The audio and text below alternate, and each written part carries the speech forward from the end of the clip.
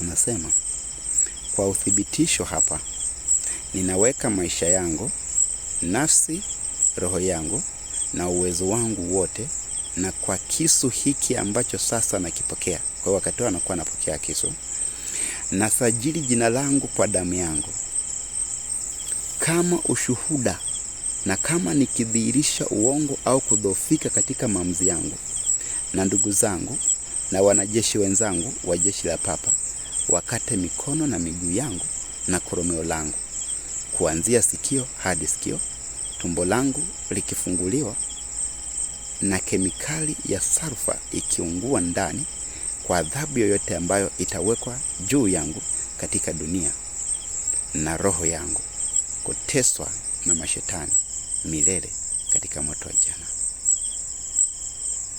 Kwa hiyo anaapa hata adhabu ambayo ataipata endapo akikiuka kiapo. Anahitimisha sasa huyu anayeapa kwa kusema hivi: katika haya yote mimi naapa kwa Utatu Mtakatifu na sakramenti zilizobarikiwa ambao nakaribia kupokea, kutenda na upande wangu kupokea bila kudharauliwa, na kuita majeshi yote matukufu ya mbinguni kushuhudia nia yangu hii na kutunza kiapo hiki. Kama ushuhuda, nachukua sakramenti tukufu ya Ekaristi na kushuhudia zaidi kwa jina langu na kisu hiki kilichochovjwa katika damu yangu na kutiwa muhuri katika uso wa agano hili takatifu. Hiyo tu ni sehemu ya kiapo jinsi wanakilisha. Kwa hivyo watu hawa hawatambui udugu. Kwa hiyo wanaweza wakawa ni ndugu zetu kwa macho ya kawaida, tumedhaliwa nao, pengine wanaweza wakawa ni Watanzania wenzetu ndani na nje ya nchi, wakizungumza Kiswahili kizuri kabisa, wakionyesha wanatafuta haki zetu, lakini hawana lengo la hiyo haki ambayo wanatuambia tutaipata. Wao lengo lao liko katika kutimiza matakwa ya wakuu wao ambao ni mapapa.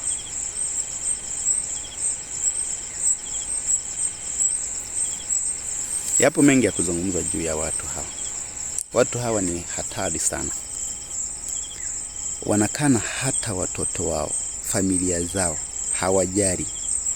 Na ndio maana tunapokuwa tunazungumza hivi, watu waliowapa viapo hivyo, akiwa padre nakuta na mzazi wake, lakini hawezi kumwambia ukweli kwamba hii dini tuliyopo tunatumika upande mbaya, ataendelea kumtia moyo na kumhamasisha kushikilia dini hiyo.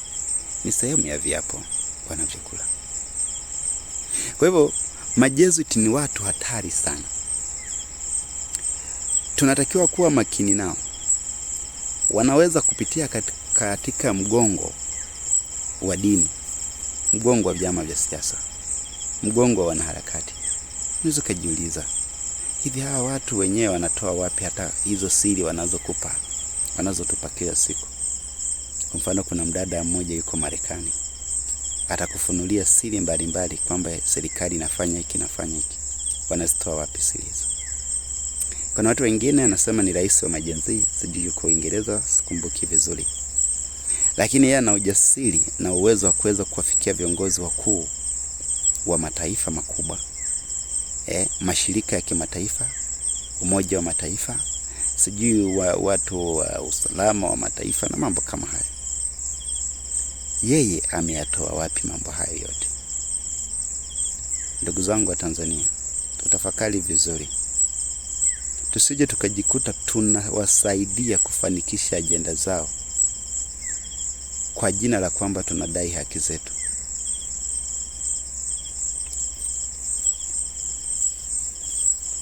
Sasa tunaendelea. Tupate kuelewa tu kitu kwa sababu watu hawa walivyo ni watu wenye nguvu sana. Hivyo tutambue kwamba tunafanya vita sio na mtawala anayetutawala. Vita tulio nao ni zaidi ya hivyo. Sio rais ambaye tunatamani atoke madarakani au waziri fulani.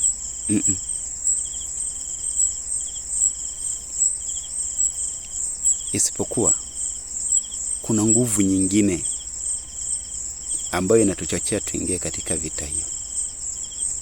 Na kwa kweli tukilijua hili, tungeweza kutumia nguvu zetu kupinga nguvu hiyo ya Majesuit. Sasa iko hivi, Majesuit wenyewe wana mipango yao duniani, ikiwa ni pamoja na nchi yetu, kwa sababu tunaposema dunia, hata nchi yetu iko ndani ya dunia hii. Kwa hiyo ikiwa wana mipango katika mataifa yote ya ulimwenguni, hata taifa letu wana mipango nalo. Kwa hiyo wakija kama shirika la haki za binadamu, unaweza kudhani kwamba wanakutakia haki yako, lakini ukweli ni kwamba wao hawana hata hiyo haki kabisa. Hivyo hawawezi kukupa au kukusaidia kupata kitu ambacho wao hawana na wala hakipo kabisa duniani. Hebu tuelewe vizuri. Unajua, tunapoambiwa tunapata haki kwenye dunia yetu iliyochafuka na dhambi, hakunaga haki, ndugu zangu. Maandiko matakatifu hivyo yanatuambia katika kitabu cha Petro wa pili sura 3 mstari wa 13, anasema kwamba tunatazamia mbingu mpya na nchi mpya ambayo haki yakaa ndani yake. Kwa hiyo kumbe haki haikai katika hii dunia chafu iliyochafuka na dhambi, dunia yenye ukandamizaji, unyonyaji wa haki za watu, dunia iliyojaa rushwa, ufisadi. Haki haikai humu, ila kuna mbingu mpya na nchi mpya ambazo hizo ndizo tunaambiwa haki inakaa ndani yake. Kwa hivyo huyu anayejiita ni shirika la haki za binadamu hana hiyo haki, ila ni shirika lenye kulenga kutimiza makusudi yao ya Majesuit, kwa sababu walio katika shirika hilo ni Majesuit wale. Upate kuelewa tu vizuri, haya mashirika makubwa ya kimataifa usiyawekee imani kwamba eti yatakusaidia kitu chochote. Iwe ni shirika la afya la kimataifa, eti wanahitaji kulinda afya zako. Sio kweli. Hawa watu hawana mpango hata huo. Mipango yao ni kuangamiza watu.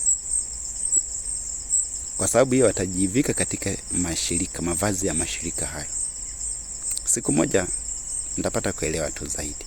Na kwa kadri Mungu atakavyoendelea kutujalia, pengine tutajifunza zaidi kuweza kujua siri zilizo nyuma ya mashirika hayo. Hivyo Majesuit watatumia vyombo vyao kama wanaharakati, wanasiasa, waandishi wa habari.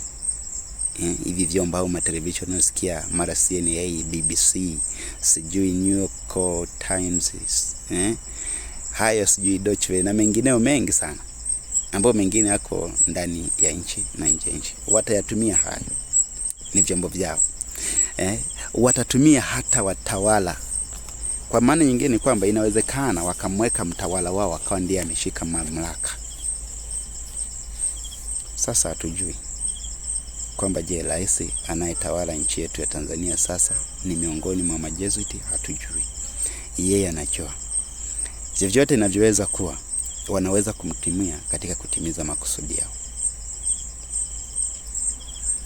Anasema kundi lingine ambacho ni chombo chao ni viongozi wa kidini.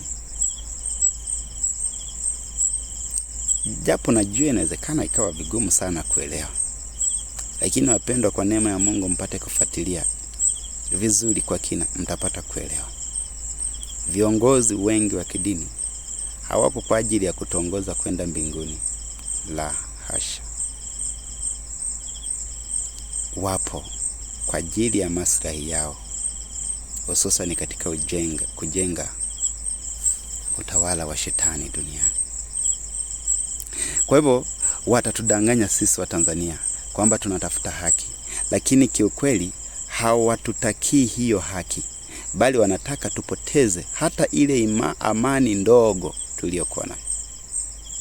Utagundua kwamba sisi wa Tanzania tulikuwa tujazoea habari za kupangiwa muda wa kuingia, kama ambavyo baada ya maandamano ya tarehe 29 tuliyoyaona tukafungiwa ndani, lockdown. hata katika kipindi cha corona, wakati lockdown ilipopiga dunia nzima, lakini sisi ilifikia sehemu hatukufikia hatua hiyo. Chini ya uongozi wa rais aliyekuwepo hatukujifungia. Lakini sasa tarehe hiyo 29, 30 na kuendelea, hakukuwa na corona nje, lakini tulifungiwa ndani. Tena tukapangiwa na muda kwamba muda fulani toka ukahemee. Tuliyaona haya. Je, hiyo ndio haki tunaitafuta? Tumepata sasa? Hatuoni kwamba hata ile amani tuliyokuwa nayo sasa ilipotea kabisa? Leo hii tunaambiwa kwamba hata kutembea kwenye vyombo vya habari vyombo vya usafiri, hususan ya mabasi ya mikoani, ukitembea bila kitambulisho cha NIDA inawezekana ukapata shida njiani. Hayo hatukuwa nayo. Lakini unajua yameletwa na nini? Na hicho kitu kinachoitwa maandamano. Inawezekana nisieleweke vizuri. Naomba tu nieleweke hivi kwamba sio kwamba ninapenda habari ya unyanyasaji wa haki za watu. Sio kwamba ninafurahia mambo mabaya ambayo Watanzania wanafanywa au tunayapata. Mimi mwenyewe ni mhanga wa hayo kwa sababu na mimi ni Mtanzania kama nyinyi. Lakini pamoja na hayo tunayokuwa tumeyapata, lakini bado tulikuwa na angalau na ahueni ya uhuru na amani fulani. Lakini kwa sababu ya kudai kwamba tupate kuwa na haki, tunayapoteza hayo zaidi. Tuendelee tuone. Anasema hivi: watakutumia kupambana na mtawala wako,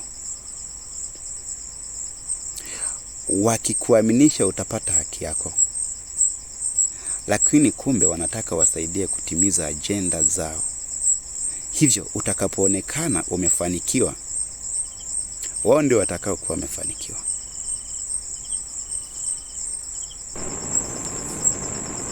Tafakari vizuri wana. Ikiwa wao wanafurahia katika kuangamiza na kutoa roho za watu na mwagaji damu, kwa hiyo inamaanisha kwamba vifo vya watu waliokufa katika maandamano ya tarehe 29 ni vitu vilivyowafurahisha zaidi. Hata hivyo hawajaridhika. Ngoja nikwambie. Mtu mmoja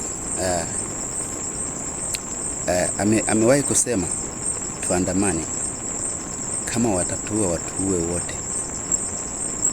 Alafu sasa bahati mbaya huyo mtu hata hayuko katika nchi. Kwa hivyo hata andamani yeye, ila tunaambiwa sisi ndio tuandamane. Kwa akisema kama wakitua ni bora tufe wote, watakao kufa sio yeye hata kwema. Kwa hivyo anapojiweka kwenye wote ni uongo, maana yeye hayumo. Hiyo ndio tabia ya Majesuiti hao. Sijui kama yupo katika chama hicho, lakini tunaweza tukajiuliza ni nani aliye nyuma yao? Nyuma yake ni nani anayemfadhili?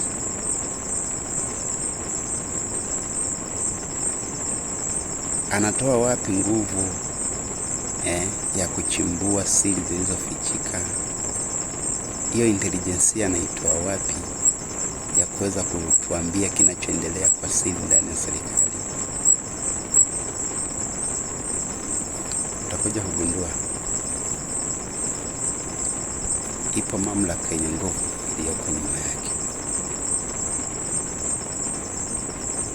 Hiyo mamlaka ina makusudi yake katika kumtumia yeye.